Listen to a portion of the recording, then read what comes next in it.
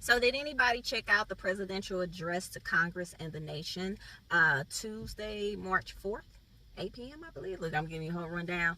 I watched it, and the only thing I had a little issue with what wasn't said was the tax breaks for self-employed small business owners and just people going to jobs that do not offer overtime, or they don't get compensated with tips. Okay, because I had heard something a few months back during the election that there was going to be a look at the federal income tax on a whole. I would hope that would happen. We're not even fully through with his first 100 days. Now, the reason why I'm making this video is because what I saw with the Democrat Party. I didn't like what I saw. Okay, hey, I understand you're going to do a small protest. I would have preferred you just not to get up. Okay, just don't get up when he come in. You don't have to clap at anything. These little paddles that they had, it was like, oh my wow. The representative from Texas, Jasmine Crockett, she kept after the speech was over, but I think she and about maybe 6 others had left right before the speech was over, and she went behind, I don't know what kind of room they had for the Congress people, and spoke to different outlets and a lot of social media people, and the whole time she was just going off using vulgarity. I want to get the F up out of here, blah blah blah blah. I'm like, what are we doing right now? Even CNN now, they did a poll about the speech that he gave, and most people were saying they were very uncomfortable with what they saw. They disapproved of what they saw with the Democrat Party. The gentleman, Al Green, I just thought that was a bit insane. It's like, look, we all understand that you're not going to be for the man. But I'm sorry, what I saw was what they call TDS. TDS. It felt like a bit of Trump derangement syndrome was popping off. It was just too much, okay? Especially at the end. I didn't finish it all the way through. I got tired and I went to sleep. But when I saw that they did not get up at close to the end for the young man, 13-year-old, that had brain cancer, and he, thank the Lord, came through it, and he wants to grow up to be a police officer. And Donald Trump said that, we're gonna make you an honorary Secret Service agent. And his dad was there. They stood up, he picked him up, he was so happy. The guy that's over the Secret Service, he handed him like an honorary badge, and he was just so happy. He hugged the gentleman. I'm just saying, what the heck? That was like, come on, y'all, this is cringeworthy, okay? And I can't even front when Trump fronted them out on certain things like the border crossings, how the border, as soon as he got in, he started closing things off. And it's like, yeah, he told him, and that came from the previous president. He kept pointing over at them. I can't even front. I'm just telling y'all the truth. I was happy that I think everybody already know it, but it's your party. It's your guy. That his administration, the Biden-Harris administration, that just left the border wide open.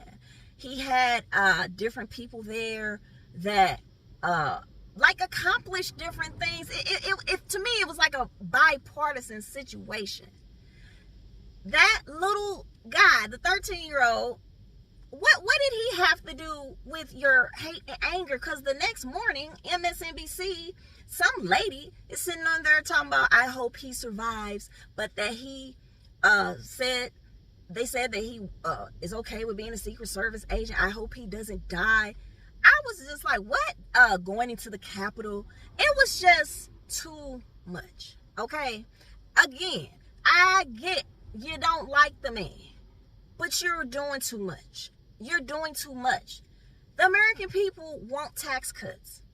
They keep saying that he said that he's going to abolish Social Security. He's going to cut Medicaid. Well, if you all watch my husband calls it the Trump show. He has almost a press conference every day or every other day in the Oval Office, and he talks about different things. He was point blank asked by a reporter, do you plan to cut Social Security? He made the statement, that President Donald Trump, that I'm not going to say, read the words coming out of my mouth. I'm just going to tell you again, I am not cutting Social Security. I'm not cutting Medicaid. I'm not cutting Medicare. It's just, what are we doing at this point? It was so serious. My husband had recorded it, and sent it off to his mom to let her know, hey, it's nothing to be concerned about. He said he doesn't want to do that, would never do that. I'm just tripping off again. This lady also, Jasmine, I think her full name is Jasmine Felicia Crockett. And I'm gonna just tell you right now, I was seriously thinking, dang, Cori Bush wasn't even as bad as her. And Cori Bush was a representative from the city I live in, St. Louis, Missouri. Come to find out, Jasmine Felicia Crockett was born in St. Louis, but she's a representative from Texas. I'm just looking at this like, bro, this was not cool. And that CNN they're even doing polls about this now. Even some of their talking heads were saying this wasn't the greatest look. The lady Jasmine Crockett, she does too much. She's as bad as Kanye West. She's looking for attention. She's hopping on everybody's anything. And I'm not saying everything Donald Trump does is perfect. I'm not even saying he's always telling the truth. What I'm saying is, if you're going to say he's lying about something, let's get the proof of this. For them to constantly keep saying he's going to cut Social Security. He said out of his mouth, no, I'm not going to do that. That is nothing that was sent to Congress that he's planning to do.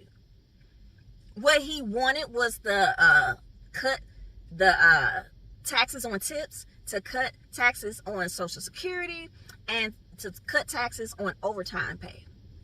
That passed in the House.